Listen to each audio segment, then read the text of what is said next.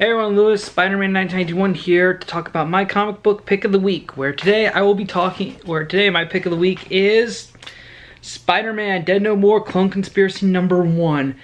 Now this is something interesting because for every single Spidey event, it's been told through the Amazing Spider-Man comic. Now they've decided to give the event its own miniseries, which is nice, and all the extra stuff and Amazing Spider-Man will still be running, but it will pretty much be publishing all the extra stuff.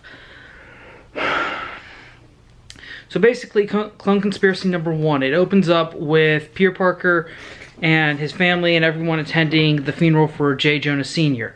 And of course, Junior's still pissed at Peter because he didn't go with the New You treatments for Jonah Sr. and he's dead now.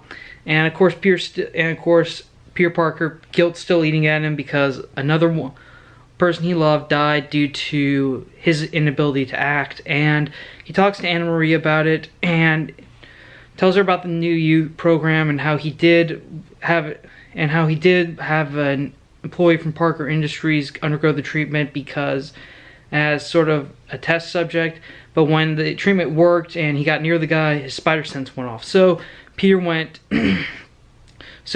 Anna Marie go and talk to the employee's wife, and it turns out when he and his family went away on a camping vacation, he left the pills that New You gave him, which, if you have been reading Amazing Spider-Man, you know that when they pretty much brought back Prowler and anyone else, that he had to take a pill every single day.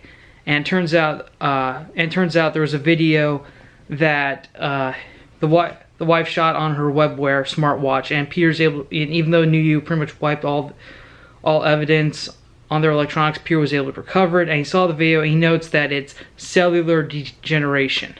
So now Peter, as Spider-Man, goes to investigate New You's headquarters, and he gets there and he finds the guy, but apparently his body is being, I don't know, rebuilt, but basically all that's left is like the veins and the eyeballs in a tube, which is very creepy. And then Dr. Miles Warren comes in, and of course Spider-Man freaks out like, oh my god, are we going through another clone thing again? And security's called in, which at this point is just Rhino and the new Electra. It's a woman, but I don't think she's gonna change the name. Anyways, they fight Spidey. Spidey runs, he finds a hidden door, and when he goes in, he runs into Gwen Stacy. And however, when Spidey's briefly surprised to see Gwen, that allows Dr. Octopus the perfect time to strike. And that's where the main story ends. We also get a backup story that explains what happened to Gwen Stacy, and this is interesting because the backup story, it starts off with the night Gwen died, but it's told from her perspective. And interesting enough, Gwen was briefly conscious before her death when she was on the bridge, and she heard the Jackal call Spider-Man Peter Parker. So she knew. And unfortunately, it did not sit well for her because she still knew because Gwen still blamed Spider-Man for her father's death. And of course, Gwen dies. Then she wakes up in the tube in New You, where she's greeted by the Jackal. And of course, Jackal explains to her that this isn't cloning. You're not a clone. You are the original Gwen Stacy. I figured out how to reanimate and rebuild your remains and basically bring you back to life. You have your full memories, everything up until your death.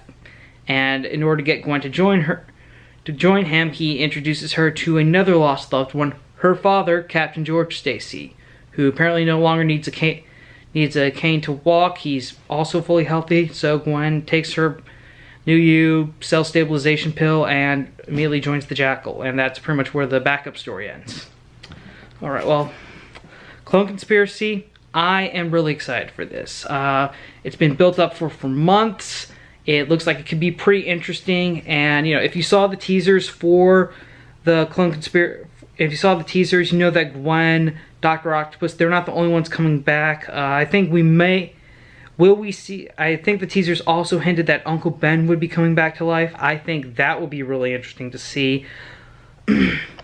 Overall, I am just really excited. I mean, it's written by Dan Slott. In my opinion, he's done amazing work on Spider-Man. I've loved most of his work that he's done since the very beginning, back when he did Big Time. and I have no doubt that this event will be something that will be talked about.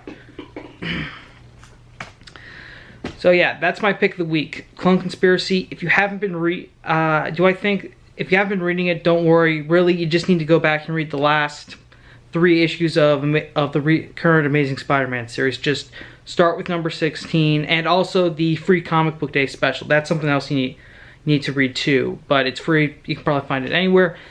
Thank you again for watching. What was your comic book pick of the week? Let me know in the comments below. Do you agree or disagree with what I think? I think Clone Conspiracy is awesome. It's a very well-written issue. It could be a really good big event, something to talk for the ages. Let me know in the comments below. I'm Spider-Man 1991 saying see you later.